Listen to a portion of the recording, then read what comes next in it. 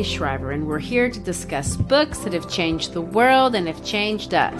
And I'm Gary Shriver, and this is the How to Love Lit podcast. This is our second episode discussing the poet, essayist, thinker, motivational speaker, Ralph Waldo Emerson, the father of the movement called American Transcendentalism, which is slightly different than transcendental movements from other parts of the world. Christy, American Transcendentalism as a literary movement was so impactful socially that we studied in history. It affected major shifts in American culture, and it sparked social movements, some of which led to repercussions that were felt in places as far away as India and South Africa. Well, it was a unique moment. I mean, the movement in the grand scheme of things was very small, and it had very few agreed upon tenets. It centered around a very small town, a village 24 miles away from Boston, Massachusetts, named Concord. Concord was Ralph Waldo Emerson's hometown. Now, Emerson himself, if you recall, was from Boston, but his family came from this little town of Concord. Emerson's wife had died. He resigned from his church. He went to Europe. But when he came back, instead of moving back to Boston, he chose to move closer to his roots, to live with his step-grandfather in this house right behind the North Bridge, the site of the famous battle in the Revolutionary War where the colonialists beat the British. His grandfather's house looks over the famous bridge and would later be called Old Manse. Today, the house is famous. I mean, it's where Emerson wrote this first essay called Nature in 1836. Emerson offered it to Nathaniel Hawthorne as a place for he to live with his newlywed, which he did for 4 years before they moved to Salem, where he would go on, of course, to write the Scarlet Letter. Henry David Thoreau spent a lot of time in that old house and even planted an heirloom garden and gave it to the Hawthornes as a wedding gift. You can see it. It's been recreated, obviously, and it's there today. Wow, that is a lot of high-class company in one house there. So the movement that centered around this particular house? Well, I mean, not really. The movement was sparked to some degree by Emerson's essay Nature, but as all movements do, it took a life of its own. Emerson was always the center. He became a celebrity. People wanted to be around him. It centered around Concord because Emerson was a charismatic speaker and writer, and he lived there. He invited interesting people to move to Concord, and they did. With his growing prosperity, though, he bought a bigger house, and you can visit that house today. He invited people to stay with him. Margaret Fuller, for example, would stay weeks at a time. Thoreau was in and out all the time because he worked for Emerson as a handyman and at one point lived on some property near a lake you may have heard of called Walden. But lots of people came to that house, smart people. They wanted to participate in discussions, conversations, something new. Several of them started this protest club back in Boston called the Transcendental Club. And this group met. They would meet in people's houses. They would discuss things. And often they would meet in Concord at Emerson's house. That sounds pretty exclusive and a little secret society-ish. I mean, what were these ideas and what were they protesting? Well, it was a literary and intellectual discussion group. They were anti-establishment, for sure, mostly reacting to the intellectual climate of Harvard and Cambridge. They would have assigned topics and they would discuss them. Here's one that I found that they discussed specifically at Emerson's house one time. And this is the title of their discussion: The Inspiration of the Prophet and Bard, the Nature of Poetry, and the Causes of Sterility of Poetic Inspiration in Our Age and Country. That sounds ambitious. I can't imagine a title like that drawing much of a crowd. I know, but it did. It would draw, self-professed thinkers and writers and clergymen, people that were really irritated and dissatisfied with the status quo as they saw it in academia, in their churches. And they were looking, and this word comes up over and over again in the literature, for something new. They would challenge each other, encourage each other, inspire each other, and they would produce art, and they would try out new ways of life. But most importantly, they didn't just talk about problems or protest. They actually did things, and they did positive things. They didn't burn things. They problem solved. They tried to build. So, let's get back to the ideas of transcendentalism. Did they agree on certain tenets from Emerson's writings, and that's why he's kind of the leader of the pack? Yes and no. They all seem to agree that they needed to start something new, something authentic, that they needed to live authentically and treat each other's in that way. This is what they agreed on. But that's very broad. For the most part, the new thing came out of an older thing, an adoption of some romantic ideas from the British guys like Keats, Coleridge, Wordsworth. But well, let me say this. Like the Romantics, they would look to nature for inspiration. They looked to nature for truth. Many were against industrialization. But they went farther than the Romantics. This is what Emerson said about their beliefs. It is well known to most of my audience that the idealism of the present day acquired the name of transcendental from the use of that term by Immanuel Kant. Whatever belongs to the class of intuitive thought is popularly called at the present day transcendental. So they got some ideas from the Kantian Enlightenment philosophy of Germany, including the term transcendental. But they mixed in ideas with British Romanticism, and they sprinkled in some Eastern thinking and injected a sense of American independence. And there you go, a new literary movement, American literary movement. It produced stories and poetry and novels, and perhaps most importantly for us historians, some foundational essays like Civil Disobedience by Henry David Thoreau and Women in the 19th Century by Margaret Fuller, and of course the ones that we're reading in this episode, and they're written in 1841, which is Self-Reliance by Emerson. Right, and the diversity of thought certainly is distinctive enough. There's no specific set of beliefs. More than anything, transcendentalism ultimately was a state of mind founded on the idea that you must look inward and trust yourself. Different people took that to mean different things. Margaret Fuller edited the very popular transcendental newspaper called The Dial. Sophia and George Ripley were inspired to create a communal living experiment called Brook Farm. Wow. Well, I want to point out that transcendentalism in Emerson in particular influenced the greatest man of his age, and this is in my estimation, my opinion, but the greatest man of the age was Abraham Lincoln. Lincoln read Emerson's work, but he also attended his lectures. And after Lincoln became president, he invited Emerson to the White House. And when they met, Lincoln mentioned to Emerson that he had attended his lectures in his early days, and he even quoted Emerson. And Lincoln said this: "I once heard you say in a lecture that a Kentuckian seems to say by his air and manners, 'Here I am. If you don't like me, the worse for you.'" That sounds very much like something Emerson would say, right? Lincoln, remembering this quote from all those years ago, it absolutely charmed Emerson. But Emerson's admiration for Lincoln went beyond a cute conversation. He praised the president's strength in the face of intense pressure.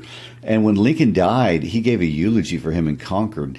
Lincoln lived out the ideas from self-reliance to the point that it cost him his life. And Lincoln, as he conducted the Civil War, looked inside of himself for truth and strength and never wavered from that. And, here we have a social movement based solely on the premise that you should look inward for truth and inward for inspiration, inward for deciding what you want out of life. But the idea is if you are totally focused on looking inward, really inward, the end result of this soul searching is not, self-orbiting narcissism like you might think, but it's a self-reliance that empowers you to not only benefit society at large, but to be a great independent leader, really, who is free from the tyranny of looking over their shoulder. And I want to read a quote that isn't from Self-Reliance, but it illustrates how this inward focus plays out.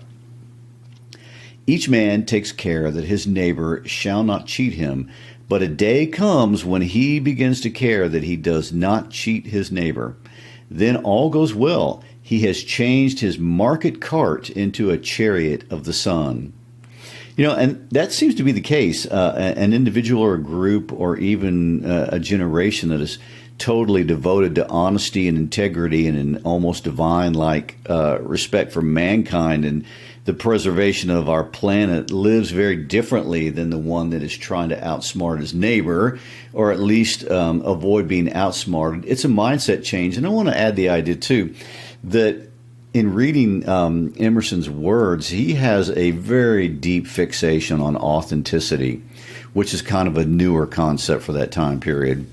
I would also like to say this too. James McPherson, the famous historian, always talked about Lincoln operating out of an informed central vision, which I think comes from this Emerson point of view. Well, it's certainly a paradox. I mean, it doesn't seem like that it would be true that if you look inside of yourself, you won't be like that. For the transcendentalists, looking around made you selfish. Society makes us selfish. Looking inward makes us good. It does take some thinking about it. It's kind of a twist. They use the term intuition, and intuition as we commonly use it means understanding something immediately without conscious reasoning. For example, we might say, I intuitively like this person, or I intuitively realized this situation was dangerous. And what we mean by saying that is that we are trusting our senses to pick up on details subconsciously. That is not how Emerson used the word. The Transcendentalists use the term intuition to mean in almost a disregard for reason. For the Transcendentalists, we should decide what is true or not true by using our own experience instead of scientific observation or deductive reasoning or community standards or voices from the outside. All of that should be checked by our own way of seeing the world, not the way our culture tells us to see the world. Our own experiences, experiences not interacting with others, but interacting with the natural world. And Emerson really believed that we have this inner voice and we should learn to trust and follow it. And that's why he liked Lincoln, because that's exactly what Lincoln did.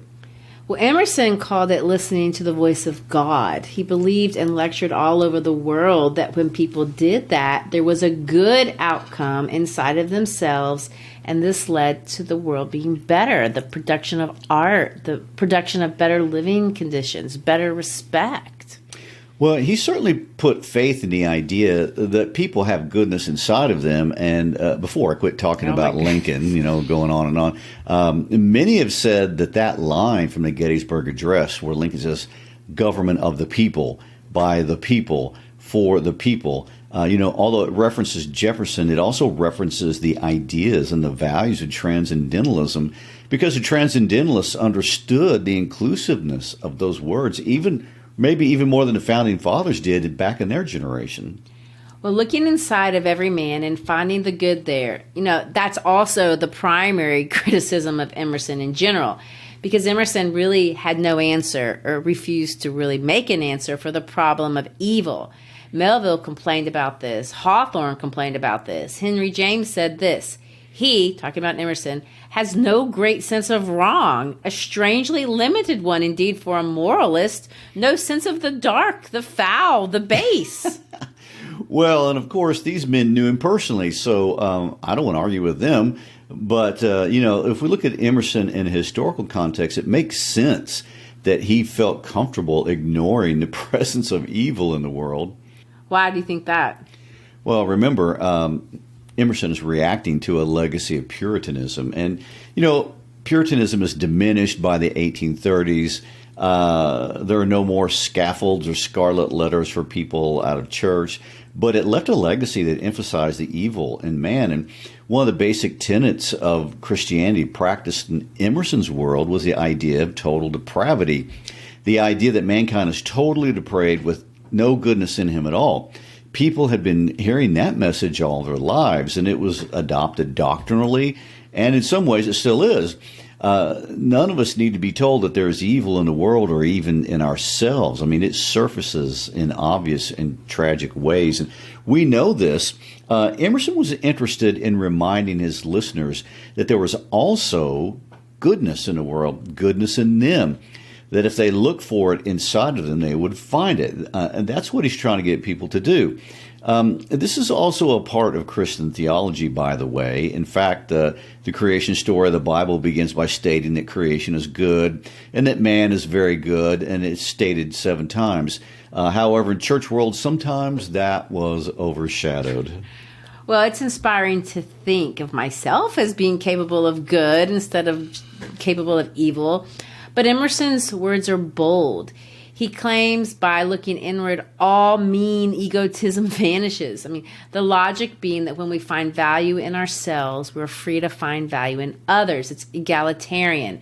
It led transcendentalists to understand the humanity of indigenous people, of enslaved people, of women, of children. It's what turned a philosophy club into a group of social activists. Which is super impressive when you think about that. And that's exactly what happened. If you look at the list of members of the Transcendental Club, what you see is a list of political activists. Margaret Fuller is quite literally known as America's first feminist. And Thoreau wrote the essay titled Civil Disobedience and inspired Martin Luther King Jr. 100 years later to lead the civil rights movement. Transcendentalist Elizabeth Peabody pioneered the kindergarten movement in education and then later Native American rights. Transcendentalists were anti-war, except for when it came to the Civil War, all of whom were ardent and outspoken advocates for the cause of abolition. These are radical and important causes of that age. And it comes down to internalizing some very basic concepts that we'll hear in this essay, like what is true for me is also true for you. And believing this, not just saying that you believe this and then living as if some people are more equal than others, but absolutely looking inward to find value in your own humanity, seeing that it's the essence of being human, and not comparing yourself and your ability to others. Self-reliance starts with two quotes. One is in Latin, and I don't speak Latin. And I'm glad that you're reading it. Nete quasiveris extra, which means do not seek outside yourself. The second quote is from an old tragic comedy play called An Honest Man's Fortune back from the 1600s. Let's read that one. Man is his own star, and the soul that can render an honest and a perfect man commands all light, all influence, all fate. Nothing to him falls early or too late. And off he goes. I mean, there's so many quotable lines. And perhaps I think that's the best way to read the essay. Just skim it. And when you get to a quote you like, stop. Read that part over and over again. Try to understand it. That's how I encourage my students to read it. I mean, there's stuff in here that you won't like. I'm certainly not enamored with all his talk about not traveling abroad or hear his, kind of irreverence for sacred text.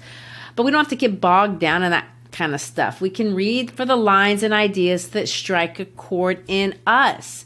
Emerson says that every heart vibrates to that iron string. So take his advice when you read his work. I like to ask students to find their favorite quotes and post them in a discussion post so we can just talk about their favorite ideas in class. Usually the first quote that surfaces, maybe it's because it's the fourth sentence, but it's this one. To believe your own thought, to believe that what is true for you in your private heart is true for all men. That is genius.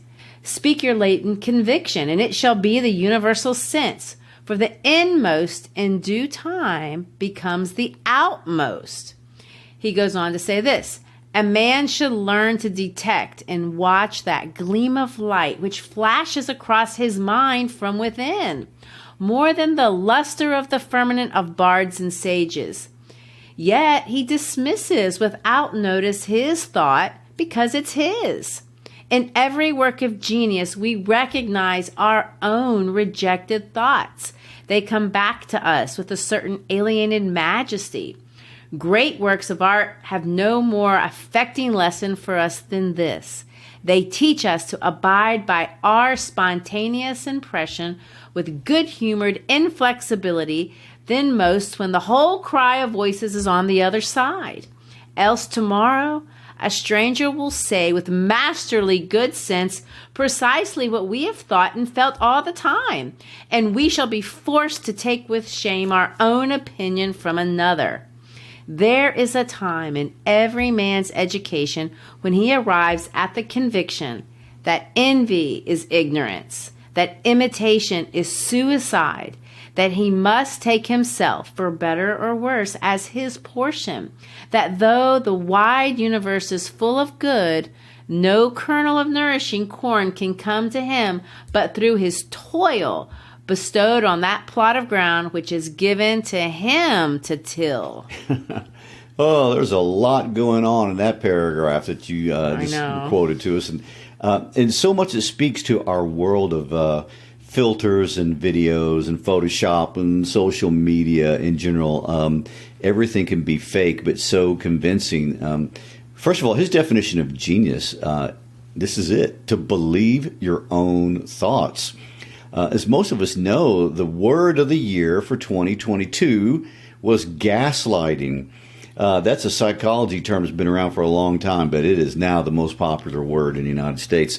That word has meant a lot of things to a lot of people, but in essence, it's when someone wants to rewrite your experience for you, to tell you that your experience wasn't real, or at least your understanding of it wasn't real. And it happens so often. I've literally heard students say, I don't know who to believe. I don't feel safe believing anyone.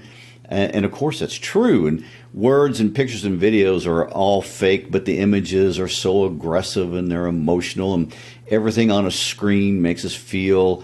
But at the same time, everything is crafted intentionally to modify our thinking.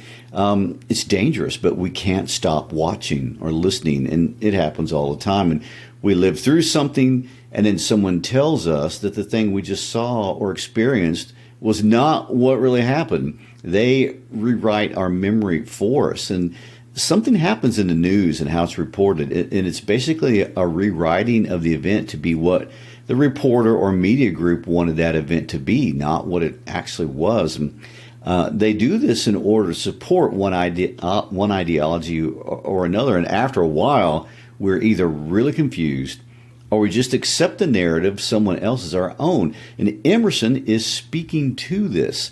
Believe your own thought. He later says that society is in a conspiracy against you. And that's exactly right. It is. He's going to tell us that we are too quick to dismiss our own thought and switch to what we are told to think. We doubt even something that we're looking at and that we see. And that is where we get his first big idea. But then he's going to follow that with this second assertion that's even stronger than that. Envy is ignorance. Imitation is suicide. It's the struggle of every teenager on the planet. I don't like myself. I like how other people are better. I mean, we've all lived through this. I've lived through this. My story is not an exception. I've shared it before that I grew up in Brazil. Well, in Brazil, I was the only white girl in my community. All my friends had beautiful, dark, golden skin. And I was ashamed of my pale skin and my stringy, flat hair. My best friends had dark, full hair. I was short. They weren't.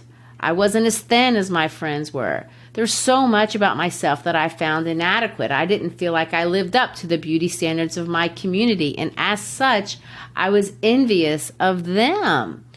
Well, as an adult, I look back on that and I realized that was ignorance. Envy was ignorance. I was ignorant of the range of beauty standards. I should have been celebrating what was different about me and seeing that for the beauty that it was. But that was the farthest thing from what I was wanting to do. What I did was I tried to imitate something that I wasn't. And that's, he calls, suicide. We're killing ourselves. When we imitate others, Emerson says we kill ourselves. You know, speaking just about beauty standards, Colby Calais wrote a great song about that I believe Emerson would totally approve of. It's titled Try. It's a great music video as well. And of course, Emerson applies it to way more than how we look. In fact, I'm not sure beauty standards was even the first thing on his mind. Maybe not. He's a dude. They don't they don't apply to beauty standards. It's a little judgmental on your part. And I want to point out that men have issues with beauty standards too, you know. But beauty standards really are just one expression of what we allow ourselves to believe about our own thoughts and ideas. Let me quote him. We but half express ourselves and are ashamed of that divine idea which each of us represents. God will not have his work made manifest by cowards. A man is relieved and gay when he has put his heart into his work and done his best. But what he has said or done otherwise shall give him no peace. It is a deliverance which does not deliver. And this is another idea that is supported by multiple psychological studies. This idea that fear of failure leads us to a fear of taking responsibility for our own lives. And this kills us. And we don't try because if or when we fail, we can always fall back on the idea, well, I didn't try, I didn't care, I procrastinated, I had adversities others didn't have. That's why I was terrible. Emerson is calling you a coward for that and saying God will never do anything with your life with that kind of attitude. And not only that, but you won't really find peace. Conventional wisdom suggests we find peace by not failing, by finding the easy way. So the best way to not fail is to not try, and that's always the easy way. But Emerson says this is a deliverance which does not deliver. He is not a fan. Trust thyself. Every heart vibrates to that iron string. And so we have this idea. It comes down to this. Listen to ourselves, like ourselves for who we are, how we look, how we think. For better or worse, it's still us. It's who we are. And we should trust that, expecting society to try to work against us all the time. When he says society everywhere is in conspiracy against the manhood of every one of its members, this is not just gendered language talking about males. He means society really doesn't like you. Everyone. This comment by Emerson in my last class really sparked a discussion because my students asked this question. Does Emerson not like community? Don't we need community? And of course, he does believe in community. But community consists of our friends, the people that are around us and have our best interest in mind. That's not society. True. And our very good friend Paul Dooley calls those people hallway people. Back in the day, Paul Dooley taught freshmen at Bolton High School. And freshmen came in with their big eyes and they're impressionable and they're wanting to be popular. And, they're scared of high school in general. And their English teacher, Paul Dooley, would tell them this: remember, the people in the hallway are not your friends.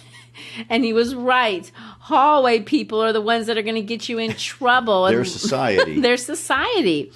But of course, Emerson takes it a step farther because he claims that the hallway people of the world, or society at large, parade around pretending that they are on our side. Lots of times they pretend to be a bunch of moralizing do-gooders, but they're not. They're selfish and they're mean. They use our desire to be good people as a weapon against us to make us conform and submit to their will. He says a lot and he explains this quite a bit. But here's one quote.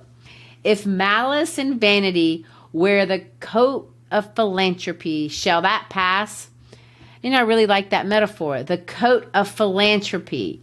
Philanthropy, that's a big word, but it means good causes. If you donate to St. Jude, that's the hospital here in Memphis, that's philanthropy. But what Emerson is saying, that people hide their vanity and malice behind the cloak of philanthropy.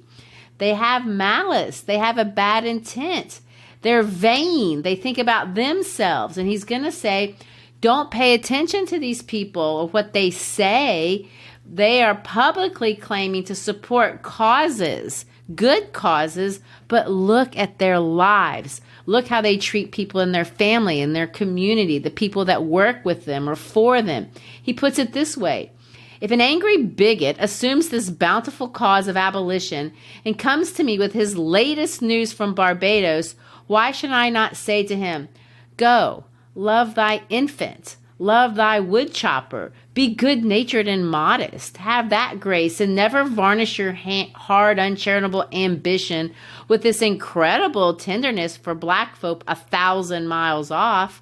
Thy love afar is spite at home. That is a deep statement. It's harsh. It is. It is harsh language. And of course, you must understand that abolition was a very popular cause in New England, and no one in his audience would claim to be a supporter of slavery. And Emerson himself was an ardent supporter of abolition. His point is, what's the point of claiming all this righteousness for causes publicly when you are a terrible human on the individual level? You name call, you judge, you look down on others around you, love the wood chopper, love the person that is invisible to you. Public causes mean nothing, especially when they are popular. And he is really going against the grain with that. I mean, he calls this kind of living nonconformity, and he comes back to it over and over again in this essay. Insist on yourself, never imitate, all the while claiming that living like this won't be well received. For one thing, most people live their lives for the mob. We don't live for ourselves, we live for the mob, he says. But my life is for itself and not for a spectacle. You know, a spectacle is something we watch. Our accomplishments, are they to impress other people? He argues that even our good works are often just a way to impress people. It's a trap that makes everything we do in our lives not for ourselves, but for others, to create a spectacle, something to see. And I believe that's one of the core central messages he's trying to say. Disconnect from all of that and look to yourself. And I would say Emerson would not approve of social media because it's all spectacle. I mean, it makes everyone's lives spectacles. And our daughter-in-law told me she got off Instagram because looking at other people's lives was making her feel bad about her own. And it does that for a lot of people. But beyond just that, how many of us have seen others or been guilty of missing a moment because we were taking a picture of the moment? Or even worse, did something only because we could post about it later on. So, well, all of us, of course, if we're being honest, but some are worse than others. He would have zero use for that professional class of people we call influencers. I mean, it's uncanny to me how much of this essay really is about social media. Most of the influencers are saying the exact same thing as each other. They all support the exact same causes. They view the world the exact same way. The competition is just to get the most attention. He anticipates this. He says this: if I know your sect, I anticipate your argument. Meaning, if I know what social group you belong to, I will know exactly what you believe about everything in the world. Even preachers are not free to think independently. Quote, I hear a preacher announce for his text the topic, the expediency of one of the institutions of the church. Do I not know beforehand that not possibly can he say a new and spontaneous word? True. And, this is a problem with modern life. Today, preachers are not the influences of our day like they were in his day. They don't have that kind of voice in society like they did in those days. And that role has been taken over by sports icons and celebrities and musicians and actors. I mean, these are the people that society elevates. And he's going to claim, as we can clearly see, that influencers have identical opinions for a reason. They must have identical opinions or they will lose their platform. And he says this: for nonconformity, the world whips you with its displeasure. Is that not true? Don't think that cancel culture is a modern concept. I mean, he's speaking to it as a problem in 1841. And he says, if you dare to challenge the opinion of the cool kids in your community, you will brook the rage of the cultivated classes. And he says this: their rage is decorous and prudent, for they are timid as being very vulnerable themselves. That is a genius level insight. Well, he says they will go off in a feminine rage, which I take offense to that expression. But he means that people strike hard, they lash out cruelly, they name call, they degrade, but all the time they're covered by a cloak of philanthropy. And so the first large chunk in the very end of this essay speaks to this idea of valuing your own opinions and trusting that, and then having the strength to withstand the peer pressure, that moral majority that's being willing to take the heat. He says that's the definition of being a nonconformist. The second chunk of this essay is going to address a second concept, and it's different, but he considers it just as crucial as being nonconformist if you want to be a person that's self-reliant. And this is the danger of what he calls consistency. Again, this is a paradox. We don't like people that are inconsistent. Inconsistency isn't a good thing. If you're inconsistent, I can't count on you. I can't trust you. But that's not how he defines consistency. He qualifies it, and this possibly is one of the most famous lines in the American canon. Gary, will you read this most famous line? Everyone loves it. Not only is it famous, it's maybe your favorite. I love it.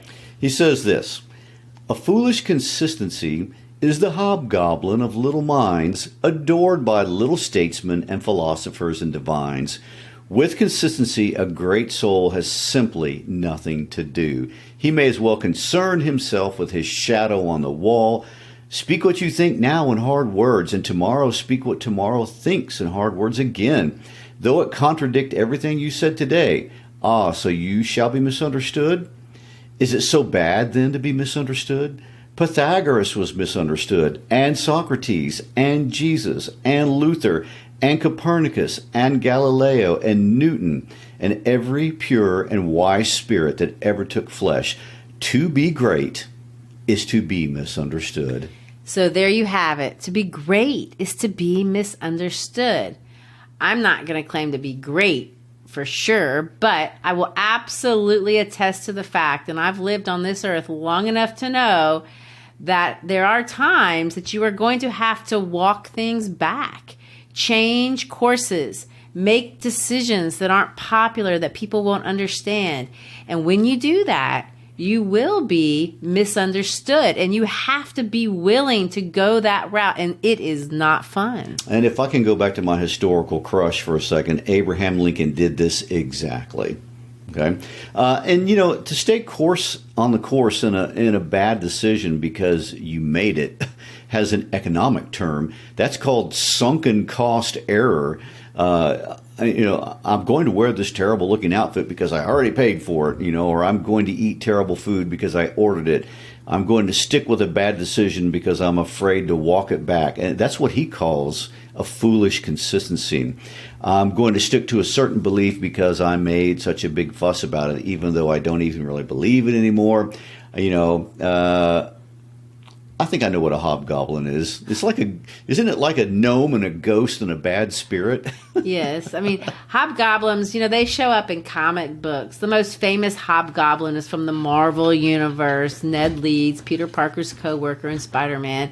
But hobgoblins are different from regular goblins because there is this element of deception that's associated with hobgoblins. In this case, the idea being that little minds, they have these little hobgoblins inside of them, and they're creating chaos and mischief in life. The hobgoblin of always believing you can't change your mind forces you to be closed-minded. It keeps you from entertaining new ideas, accepting new evidence. It keeps you from talking to people that are different from you. In a sense, it turns you into this mythological, ugly, self-deceiving fool. It's a great metaphor. Be willing to grow. Have the courage to walk things back. Be brave enough to consider the thinking of someone that you might not even like. He makes another famous metaphor to explain what he means a couple of paragraphs later. He says the voyage of the best ship is a zigzag line of 100 tacks. What's he mean by that? The best life will never be lived in a straight line. There's going to be zigs and zags in it. There must, if you're going to have genuine action, genuine movement, genuine forward progress on your own personal journey on this earth. Being original is so important to Emerson's definition of what it means to have a good life. It is his definition. His whole essay can be reduced to the need and challenges of being brave. And he says this: "I will stand here for humanity, and though I would make it kind, I would make it true." In other words, kindness is not the most important thing. I mean, it's good to be kind, but it must not be sacrificed on the altar of truth. And, how do we know what is true? For Emerson, it's not through examining data. It is not in reading books, although he clearly read thousands. I mean, it's not in our community or from experts in their fields. It's by looking inside ourselves, and that's what he calls intuition. He calls it living truly, and he says he cannot be happy, or we cannot be happy, if we do not live truly. And living truly means doing stuff, not owning stuff. Truly living means making one's own choices and feeling the freedom to live with them. Life only avails not to have lived. That's him talking. Power ceases instead of repose. It resides in the moment of transition from a past to a new state, in the shooting of the gulf and the darting to an aim. In other words, do something. If it's a bad idea, change courses. Do what you want to do, but move. And movement looks so different from person to person. For Emily Dickinson, it ultimately meant never leaving her room. She wanted the freedom that room provided, the freedom to write the way she wanted to write, to be a writer and not aligned to the prescribed standards of her day. Let me quote him again. I must be myself. I cannot break myself any longer for you. If you can love me for what I am, we shall be happier. If you cannot, I will still seek to deserve that you should. I will not hide my taste or aversions. I will sow truth that what is deep is holy, that I will do strongly before the sun and moon whatever rejoices me and the heart appoints. If you're noble, I will love you. If you're not, I will not hurt you and myself by hypocritical attentions. If you are true but not in the same truth with me, cleave to your companions, and I will seek my own. I do this not selfishly, but humbly and truly. He goes on to say that the populace think that your rejection of popular standards is a rejection of all standards. But he's going to argue against that, and he's going to say the law of consciousness abides. We are afraid of truth and afraid of fortune and afraid of death and afraid of each other. You know, when you read it that way, it sounds a little cliche. Do you think it is? Well, it may seem cliche because it's so deeply woven into the American consciousness and American ethos. And, that we've heard it a lot of this in many other contexts, but especially in American schools. And many Americans, after Emerson, read these ideas and they believed these ideas and they lived out these ideas. And this idea of being true to your ideals and being brave against the current, those are things that we teach students. They're also the themes in so many movies, and we don't have time to hit every piece of advice that he gives. But in essence of living with integrity in the face of corruption comes out of this. And he even says, don't look to rely on your property for your confidence.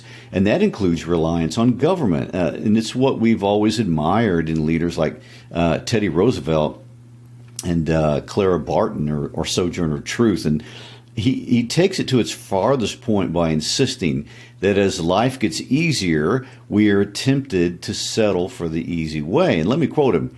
If our young men miscarry in their first enterprises, they lose heart. If the young merchant fails, men say he is ruined. If the first genius studies at one of our colleges and is not installed in an office within 1 year afterwards in the cities or suburb of Boston or New York, it seems to his friends that he has a right to be disheartened and in complaining the rest of his life. He's talking about people with low stamina. He is. And that's a lesson that we try to teach in schools, this idea of never giving up in spite of failure, adversity, of individual or group challenges. And most school kids are taught the story of Thomas Edison and the many attempts to invent the light bulb. And we teach about Michael Jordan and his insistence on playing basketball after being cut from his junior high team. And we admire J.K. Rowling and her writing in the coffee shops until she produced great works. And Emerson made self-reliance into a virtue that we have admired for many years in this country, as well as others. And Emerson preaches that a life of self-reliance is a life well lived, no matter the success or failure externally, because you will feel successful internally. Well, a lot happened to Emerson after he wrote that essay and made him question a few of those claims. His son died, and this was devastating. And there were other things in his life, and he softened his views over the years a little bit. But we talked about one of his last essays, How Shall I Live? He wrote hundreds, thousands of pages trying to answer that question, but he really never wavered from the last line of this essay, Self-Reliance. And I will finish by reading this last line. Nothing can bring you peace but yourself. Nothing can bring you peace but the triumph of principles. Well, on that note, I mean, that is a lot to meditate on, really. And we are living in a world so completely dominated by spectacle, and we argue and voices heard around the world about who is at fault or who is good and who is evil. And, you know, I have decided Emerson would have a social media presence, but I would be interested to know what he would do with it. I mean, his message is certainly to the world, but it is a message for everyone to stop looking at it. I mean, look inside you. Go outside in nature. Leave all society behind you, your phone, your friends, your community, even your education. Look inward for your principles and follow them, even if they change over time. And stand up against the mob. Not with one mob against another one, but stand up against your own mob, against the hobgoblins that pester in your own mind, however painful others may make it for you at the moment. Think for yourself. Emerson says it's how we find our peace. And for him, self-reliance is the pathway to peace. Well, Christy, this might be the most philosophical podcast we have ever done. I feel a little exhausted. I know. We'll lighten up. Summer's coming, so come back. We won't always be this heavy. That's true. Anyway, thank you for listening. We've tried to break down the transcendental ideas of Ralph Waldo Emerson, and we do hope we gave you something to think about. If so, reach out to us on our social media, our Instagram, Facebook, LinkedIn, YouTube. Please share the link from this episode on your social media. Text it to a friend who needs his or her self-reliance. Play it for a class of students, however you share things. It's how we grow. So we thank you for contributing in that way. Peace out.